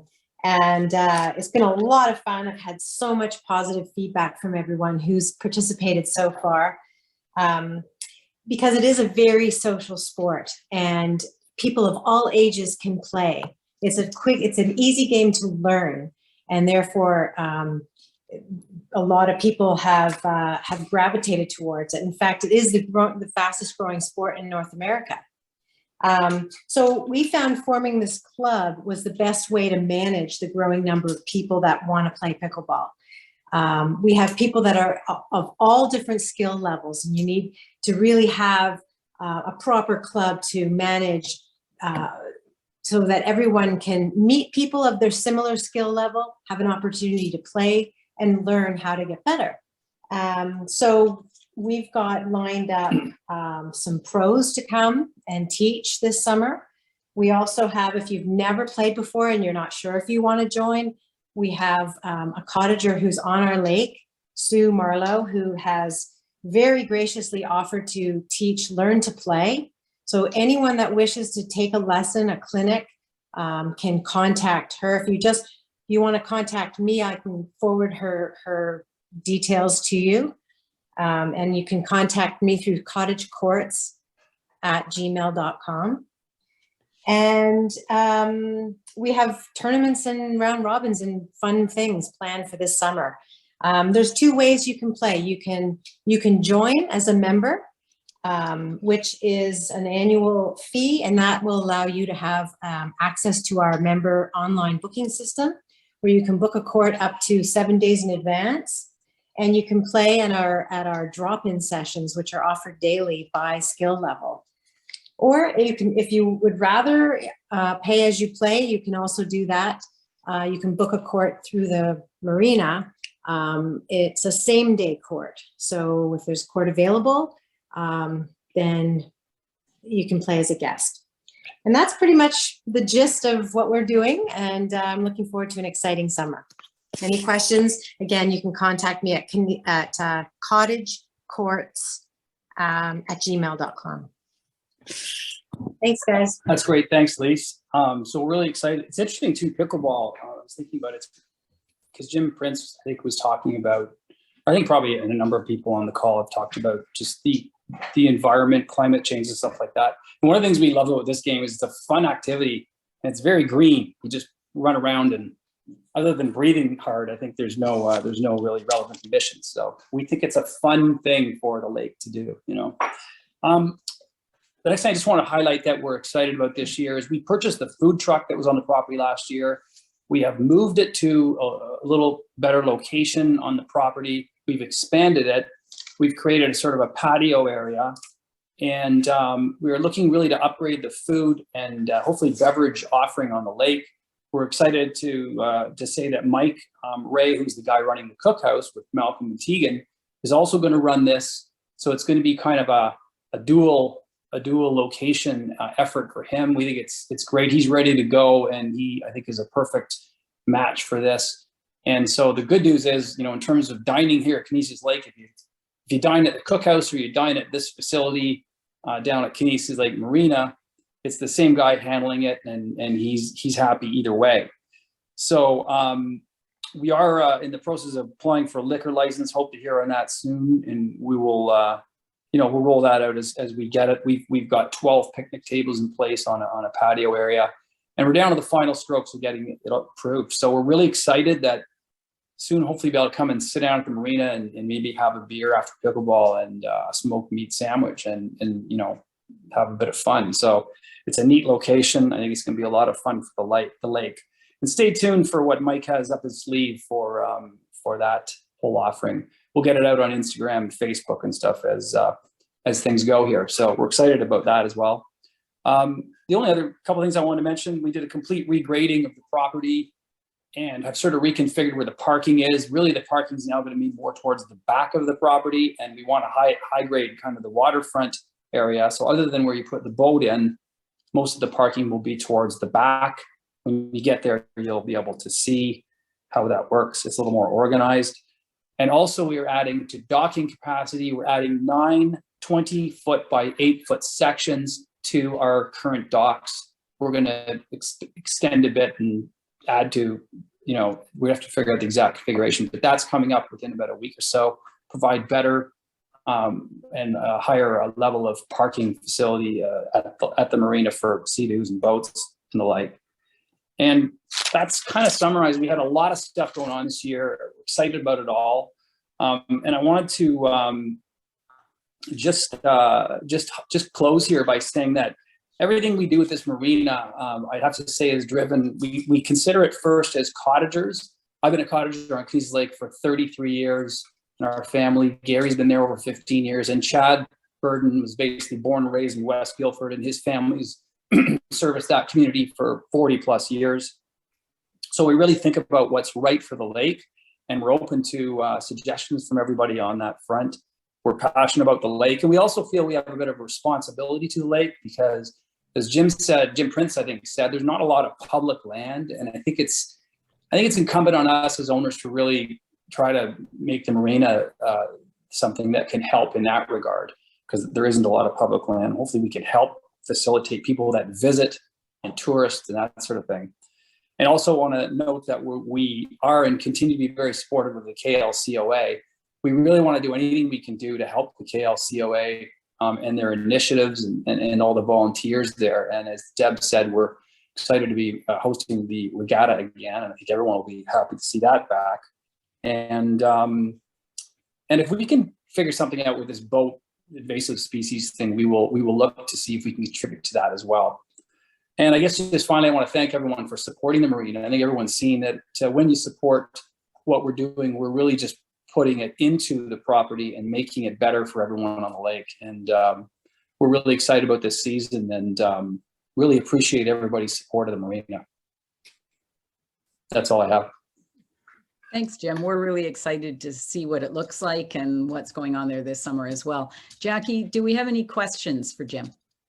We have people who are very excited about the changes. We don't have any questions, and I just want to add that the lattes rock. I have to agree. I can't lie. Clay is a big customer there. We're going to see some higher level latte art come this summer. That's the one of our little tricks coming. So. Okay, thanks a lot, Jim. Oh, somebody wants to know if the marina is going to have cleaning facilities for boats under the new regulations. That's a very good question. We just haven't quite figured that out yet. As I sit and think about it, it seems that obviously we're like the logical spot for this new requirement to be addressed. And we just need to figure out how to facilitate that. I can only say, I guess we'll look into this and figure out how to make that happen. As I sit and listen to the bylaw, I struggle a little with how exactly this is supposed to work. But as we get better educated on it and I chat with the appropriate people on this, I think we'll try to figure something out on that for the Kennisis Lake cottagers, because it's obviously coming and we all need a solution of sorts.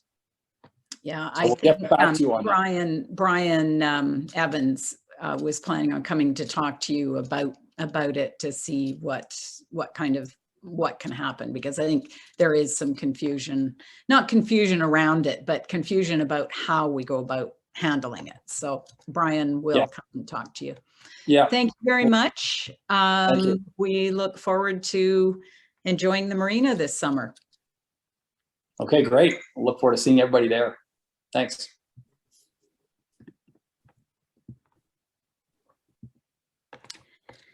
Okay, we are back to finishing up with some KLCOA stuff, and we will end with a question period. So many thanks to Grant DeMarsh, our treasurer, for all of his efforts on our behalf. Grant's traveling right now and can't be with us tonight. So I want to say thank you to Scott Jury, who is going to present the report on Grant's behalf. So Scott. Thanks very much, Deb. I won't do it all justice as Grant did, but it's my pleasure to share the financials. Before I speak to how we closed out in 2021 and what the plans are for 2022, I thought it would be I thought it would be good to answer a couple contextual questions. We often get asked, what kind of cash does the KLCOA have? So first of all, if Grant were here, he would say, overall, we're in a very healthy cash position. He says that each year, and it's very true. We do all of our banking with CIBC. You might have heard Grant say in the past that we used to have an account at Tangerine, but everything has now been consolidated at CIBC. So from a cash position, we're holding presently 2 GICs. One for $26,000 representing our reserves, and another GIC for about $20,000 that's representing surplus funds that we've had over the last several years. And I'll say a little bit more about that in just a second. And as of about a week ago, we also had about $15,000 in our 2022 operating funds. So as a reminder, the KLCOA is a not-for-profit, and in any given year, we might have a surplus, we might have a deficit, but over time, the goal is to have essentially a balance as close to zero as we can. And a sort of a best practice that goes with that, we talk about $26,000 in our reserves. The best practice would be to have approximately 1 year's operating funds in our reserve account. So we're getting close. We are in a healthy position. Next slide, please, Deb. I'm trying. So there's 3 slides I'm going to share. The first one is kind of the high level. What did we finish out 2021 with? What's our budget for 2022? And then there's 2 slides that have a breakdown of the details behind it in terms of programs and events and membership. I'm not going to cover every line, but I want to give you the highlights. And if you want more detail, you'll be able to look at the slides later on. But if we look at how we closed out 2021, we did have a small deficit of just over $3,000. It certainly wasn't a normal operating year with COVID going on. But from a revenue perspective, it was fairly close to normal. Memberships of just over $20,000, advertising and sponsorship just over $7,000, and a small amount of interest for total revenue of $27,479. Yeah, as Deb alluded to earlier, programs and events because of COVID were much reduced compared to past years. So when you contrast what we did last year with what we did this year, you'll see the number of 9,439 in 2021, much reduced from what we're planning this year. Membership expenses, that's kind of keeping the lights on and doing some of those things. So those numbers are consistent over time. And you'll see that we made a transfer to our reserves in 2021. If you remember, we gave members the opportunity to continue to pay the full membership fee or pay a reduced amount of $20. And for everybody that paid the full amount, we said that we would donate $10 to our reserve fund. So that's why there's a reserve amount there. And then, as always been the case, at the bottom, Art on the Dock, our contributions equal out with our donations and costs, so that's a kind of a zero balanced activity. And as I said, we ended 2021 with a small deficit of just over $3,000. If we can stay on that's previous slide for a second, Deb. Just in terms of back one more. There, just in terms of 2022, we're still looking about the same for memberships. We've already mentioned the sponsor that we have for fireworks. So our advertising and sponsorship is quite a bit more this year. And then the expenses are back to what would be the normal kind of expenses. And at this point, we're projecting a deficit in the order of $8,000 for the year. Remembering that we're pretty conservative on projecting revenue, and we use pretty generous numbers when we think about our spending, so that we've got some flexibility in getting to our end numbers. Next slide, please, Deb. So here you can see, this is from the program and events perspective. In 2021, that was just over $9,400 that we spent. But this year, excuse me, we're back to the non-COVID spending, where we've really upped the amount on fireworks that Deb spoke about already. The regatta's back in play. Shoreline restoration that Jim Prince spoke about, a couple $1,000s there. The history book, we'll be spending money there. Continuing to spend money for traditional rights away. And as Deb said, we'll be evaluating the abandoned docks and whether we need to spend some money there. So right now we're projecting just over $21,000 for the budget in 2022 for programs and events. Let's look at membership now, Deb. The first many items from general membership, technology, FOCA, CEWF, CHA, insurance, general expenses, all the way down to PayPal fees are almost the same 2021 to 2022. Where we have some differences for this year, the first one is the property taxes. Jim Prince mentioned some KLCOA lands that we have. The Blueberry Islands, we have been in a position where Dysart has not been requiring us to pay any taxes.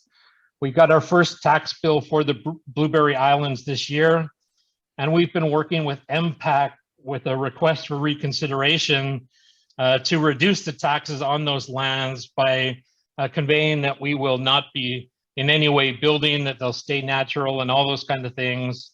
But we've had to pay those taxes for now. We'll be trying to recoup that money. So that's the main difference there.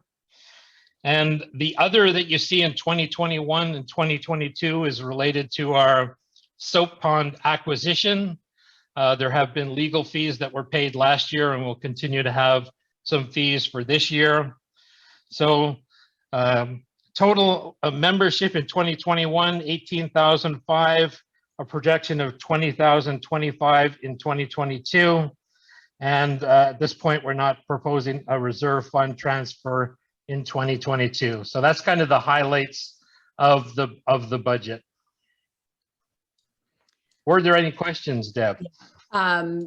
Jackie, do we have any questions for Scott on the budget?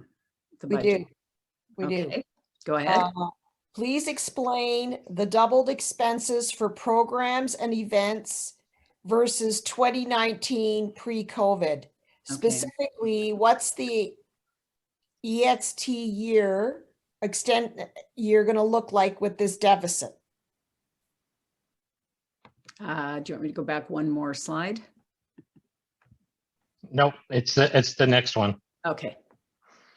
Okay, so you're testing me a little bit on this one. 2019, you can see some of the biggest differences were around fireworks, where we have a sponsorship gift this year. So that's going to be significantly greater. We're spending greater on shoreline restoration work. There was no history book activity back then, and there was no abandoned docks program back then. So those are the major contributors. And the fireworks, I'm going to add, if you don't mind, the $7,000 for fireworks, that is that is because of a very generous sponsorship, which shows up in the revenue under, so our revenue is increased by a significant amount. So that's not actually a KLCOA expense, if you want to explain it that way. Thank you, Deb. Jackie, anything else? That's the only one. Thank you very much. My pleasure to deliver on Grant's behalf. Thank you, Scott. So what we need to do now, I'm just going to try and do this. Okay, we're going to go to there. I do want to, sorry, there's one other thing that I do want to point out. The other category for 2021 was actually the general survey cost. So this year it's the property taxes. Last year it was the general survey. So, so what we need to do now is we need to put two motions on the floor. So Sheila, if you want to get those ready. The first one is to accept the 2021 KLCOA financials as presented at the spring 2022 members meeting on May 26th. I have motioned that and Jim Prince has seconded it. So you have an option, and this we're back to only voting members may do this. So only the ones that signed up to say that they were the voting member.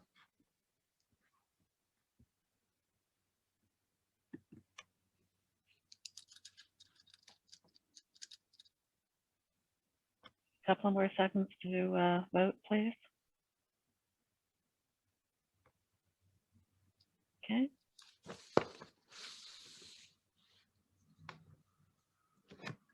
Okay. Okay, so that one has passed. And the next one is a motion to accept the 2022 budget as presented at the spring 2022 members meeting on May 26, 2022. Again, I motioned that, seconded by Jackie Gill.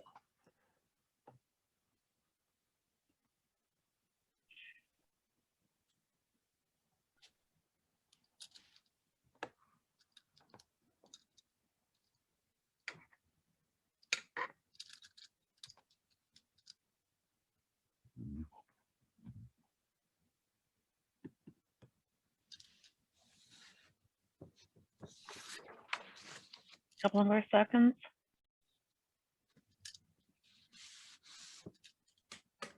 Okay.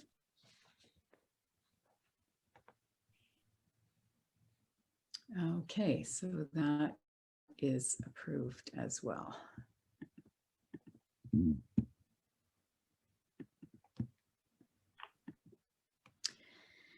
Okay, thank you, everybody. So we have a few more just general, I guess, administrative updates to go over. Just an update for membership. Now, we have to date 540 paid members, but that number has increased to, I believe it's around 550 as of today. So we're in good shape at this time of year. Annual stickers will be available at the Marina store now until the end of the Thanksgiving weekend. So you can pick your stickers up there. If you missed stickers over the last couple of years, they should be in your envelope. And if not, you can reach out to our membership director, Joan. Thank you to Joan Middleton for all of the work that she does do on membership. A connectivity update. So I've lost my page. Anyways, basically the connectivity committee is continuing to actively work for improved cell and internet coverage. And we're cautiously optimistic that we're soon going to be able to take some significant steps forward with Bell, but unfortunately we're not in a position yet to provide any details. So we will continue to keep you up to date as things progress along. As we said at the AGM, there's all kinds of balls in the air that are going with different levels of government. So we will keep you up to date. We also expect there's going to be a call in July, and we're hoping to have an update on the Rogers Cell Gap project, whether planned upgrades on 300 existing towers and 300 new towers in Eastern Ontario will improve the servicing in the Kennisis area. Either John or Patrick mentioned that there is one cell tower that they know of. There's an announcement and it's not in our area. So we're hoping to hear that there will be some additional news that will impact us and improve our service there too. So thank you to the committee for that. And thank you to Tacey for leading that committee and working with other lake associations on our behalf. Okay, communications. The Kennisis All of Us survey, and I'm sorry, as Jim said, I have not been pointing out all of the survey updates that are in the corners of a bunch of the slides, but they are there for you to read later. But in this case, I just want to point out that the e-blast, the website, and the Kennisis Breeze newsletter were the top three places that our members get their information. So our e-blasts go out 2 to 4 times per month over the summer, much closer to the 4. And our website is there. There's a lot of information on our website. It's due for a refresh. We need to bring it up, make it a little more current, and go through and get rid of some of the stuff that should be archived and out of the way. So we'll be working on that. Thank you to Tina Fagg for an excellent newsletter that she produces 3 times a year. And thank you to the many businesses who support our lake community and provide the additional dollars which help us pay for the numerous KLCOA initiatives. Without that support, we wouldn't be able to do a lot of the stuff we do without increasing our membership fees. So we thank all those businesses, and we hope that, that you'll support them in the area. And also, again, a thank you to our very generous sponsor, Minden and Haliburton Home Hardware, who sponsored a big chunk of our fireworks this year. So Tina has asked that any members that have stories or pictures that they would like to maybe see in the newsletter to let her know, and she'll see what she can do with that. So something new this year, the Kennisis All of Us survey showed that the #1 concern was about water quality was algae. So we've decided that we're going to attempt to do a webinar series. The first one is going to be on June 15th, and the first one is going to address that concern, our water quality and blue-green algae, what you need to know. We've got a bunch of other topics that we're hoping to cover. If anybody wants to reach out with suggestions, we may do 3 this year, hopefully 2 at least, We need to see how they go. We need to learn and grow with them, but we're hoping there'll be a new and exciting opportunity for some educational components to what we provide to our membership. So check for e-blasts on the website regularly for updates on that. A quick fisheries update. 5 years ago, the Ontario Ministry of Natural Resources and Fisheries Management started a review of fishing regulations in Zone 15, which is our zone. It's taken a while, but the final draft is finally there. Brian Evans has been staying on top of these regulations, and he's put together a great report on the background of the Kennisis Lake trout, as well as what these new regulations may or may not present to us. So please, again, check out our website for additional information and to read his report, along with another great one that he did on the invasive species. Traditional rights of way. The goal is to identify key routes in the area that connect Kennisis Lake to the broader Haliburton Highlands area and ensure that these routes are preserved and protected. The committee continues to work on doing this. There's a lot of research and some legal work that needs to be done.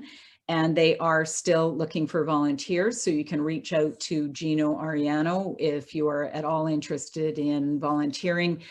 There's a number of different opportunities that they have. So thank you to the Traditional Rights of Way Committee for all of the work that they do. The roads update. I'm not going to go over that because I think John Smith went over in detail all of this. There is a number of places that have been approved for work on the Kennisis Lake roads this year that have been approved in the budget, and hoping that nothing gets delayed because of more urgent work. Hopefully this work will be done. So thank you to Rob Dobson for leading the roads monitoring and advocacy program. And you'll see more as the work progresses, and if anything comes up, you will hear more about this. The Kennisis Hazard and Navigation Marker Program is going to continue in 2022. Thank you to Pat O'Keefe, who is the coordinator of that. The markers, most of the markers should be deployed already, and they'll be removed on the most likely Thanksgiving weekend in the fall. Reminder to boaters to limit their speed and reduce their wake in the areas of the no wake marker buoys that are they're mainly around popular swimming and recreational locations. And most importantly, not all hazards are marked. Individual boaters are responsible to avoid navigation hazards. So pay attention to those markers out there. We've got a number of them, and they hopefully are doing their job.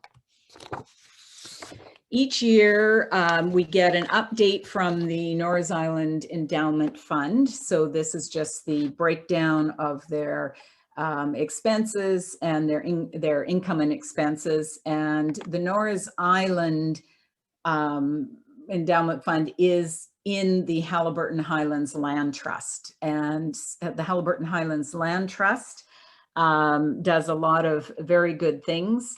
They're very involved in environmental activities, programs, and appreciation of those in the Haliburton Highlands. So if you're at all interested in finding more about them, you can go to their website. We also, they do a number of fundraising events, and you can find those on our e-blasts at the end of the e-blast under community events. The group propane buy yes, it is the group propane buy program. It was started back in 2014, and now there are well over 50 participants from Kennisis Lake and Redstone. So the group buy program has consistently had the best fixed prices available in our market in recent years, and favorable terms for tank rentals, remote sensing of tank levels, etc. The group recently did a webinar for new potential customers. It was advertised on one of our a couple of our e-blasts, and there's an excellent summary of this meeting available on our website. So if you're at all interested in joining the program, you can check out that report on the website. And thank you to our organizer from the beginning, Tacey Wakefield, and joining her now as a new a member of the organizing team is Dave Lawrence. So thank you to you two for your work you do there.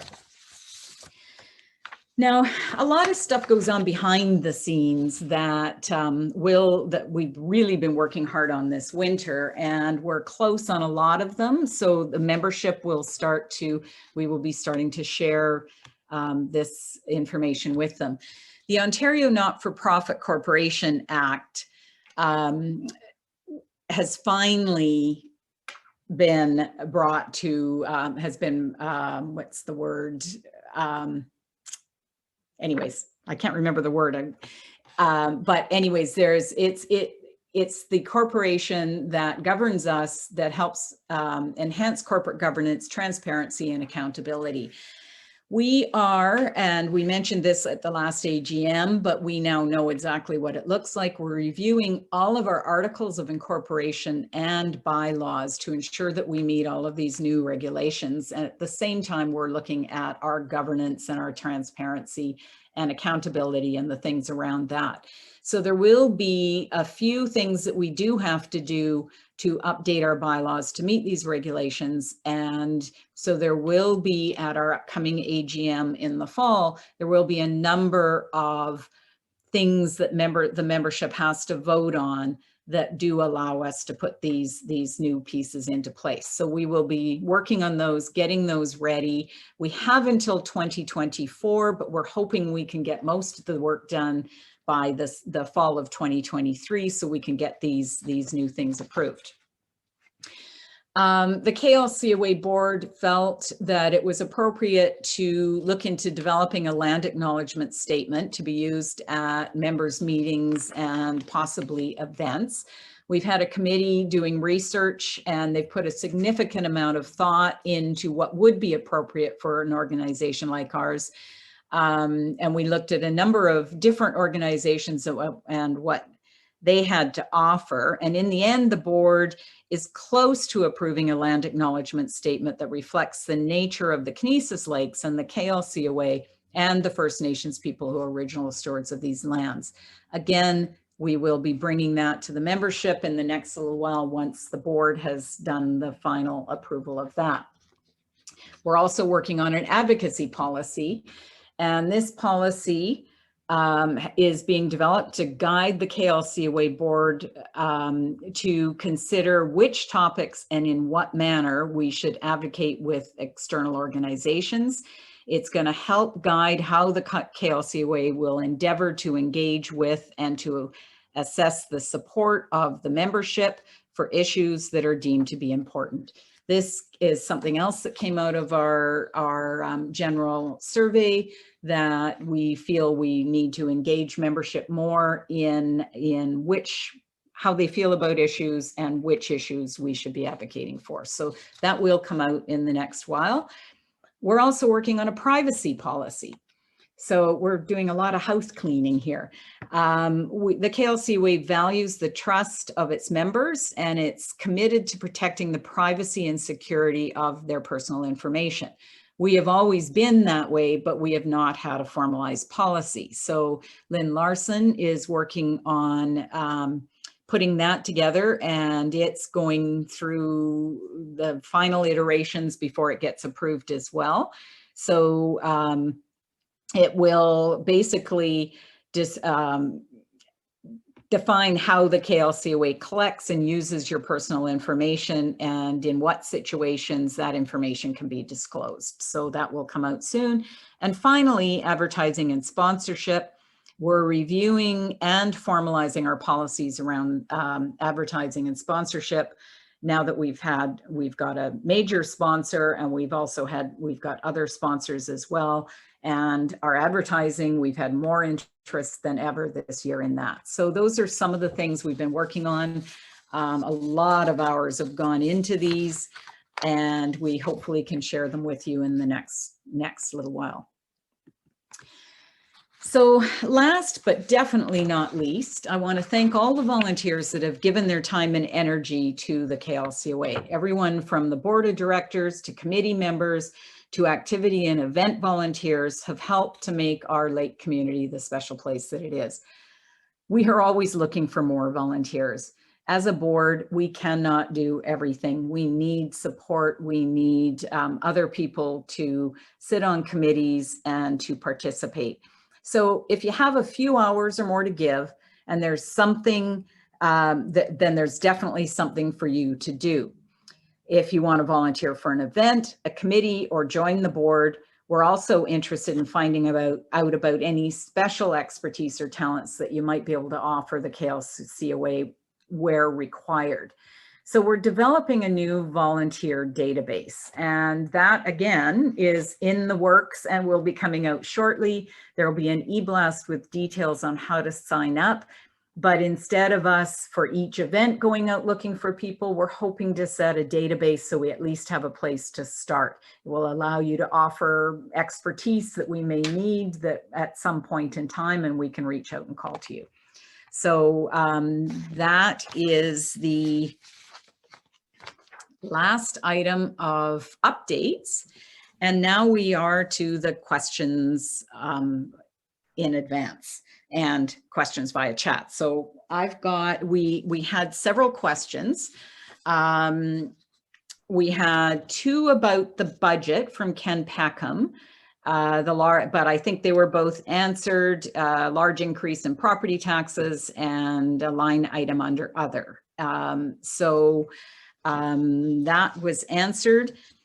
Tracy Stewart and Bob Allen submitted questions to John Smith and Patrick Kennedy about our roads.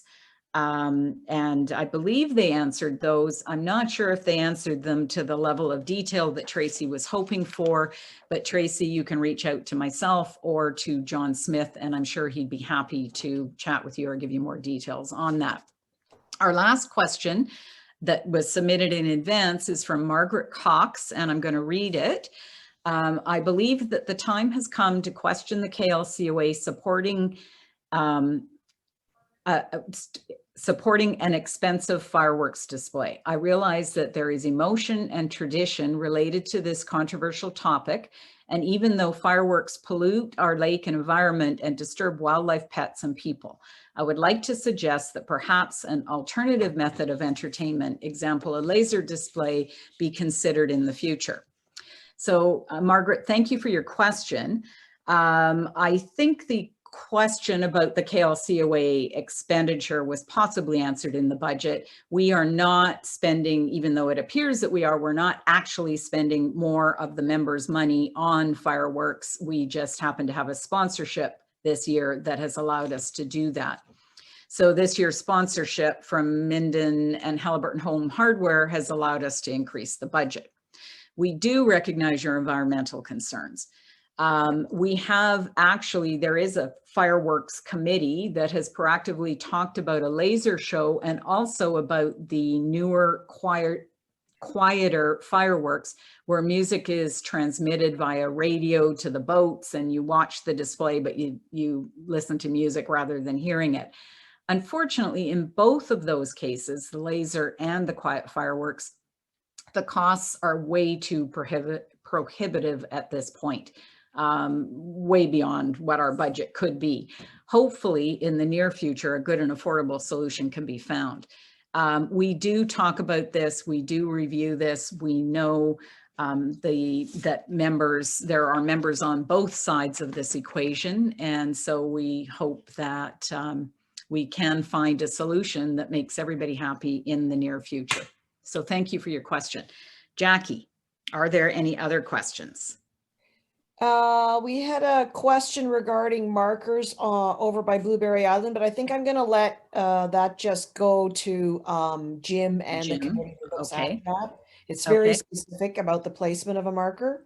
And then we had a comment about an agreement that we need to rethink the fireworks, and someone has suggested a drone show, but that would fall under, again, can we afford a drone show? But not a bad suggestion. Something to look into for sure. Right, right. This is a question about water quality. Does any testing occur regarding hydrocarbons in the water? And she has in brackets, that can be answered later. Okay. So considering that it is 6:02, I think we will do that. If you can hang on to that, we'll get Jim to answer that later. And Any it's other questions? 9:02. You are in Vancouver. Oh, I'm sorry. It's 9:02. Sorry, I am in Vancouver. That's okay. We're just jealous. Sorry. Any other questions? Nope. Okay. So thank you everyone for attending. We look forward to a great summer this year. Lots of events on. We look forward to working with the marina on the regatta, and I hope to see everybody out there this summer. Please stay safe, enjoy the sunshine, fingers crossed, and enjoy your summer. So this meeting is adjourned. Thank you all for attending. Have a good evening.